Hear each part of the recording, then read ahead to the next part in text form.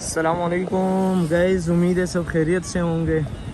Guys, जो लोग शिकार करने का शौक़ रखते हैं तो वो अभी आ सकते हैं गडानी बीच, दो दरिया, चाइना पोर्ट, जहाँ जहाँ शिकार के मेन पॉइंट हैं तो आप लोग आ सकते हैं। माशाल्लाह शिकार स्टार्ट हो गया है। ये देखें, ये हमारे साथ जो एक भाई आए हुए हैं, माशाल्लाह इसने भी बहुत प्यारा शिकार किया हुआ है। मैं आपको शिकार भी दिखा देता हूँ।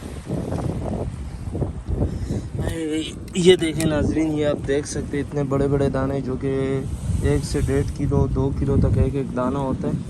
ये आप ख़ुद देख सकते हैं। बाकी ये छोटे छोटे दाने। तो माशाल्लाह आप लोग शिकार के शौकीन हो, नाम वाम आप खुद जानते होंगे। और ये समंदर का जो सूरत हाल है वो भी आप देख सकते हैं ना। मौज मस्ती में बिल्कुल, पानी भी आराम से सुकून।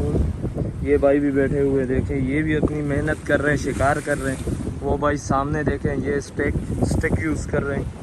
मतलब जो शिकार के शौकीन हैं उनको तो इन सारी चीज़ों का पता है, लेकिन खाली ये पता नहीं होगा शायद जिन भाइयों को पता नहीं है कि शिकार स्टार्ट हो गया, तो वो वीडियो एंड तक ज़रूर देखें।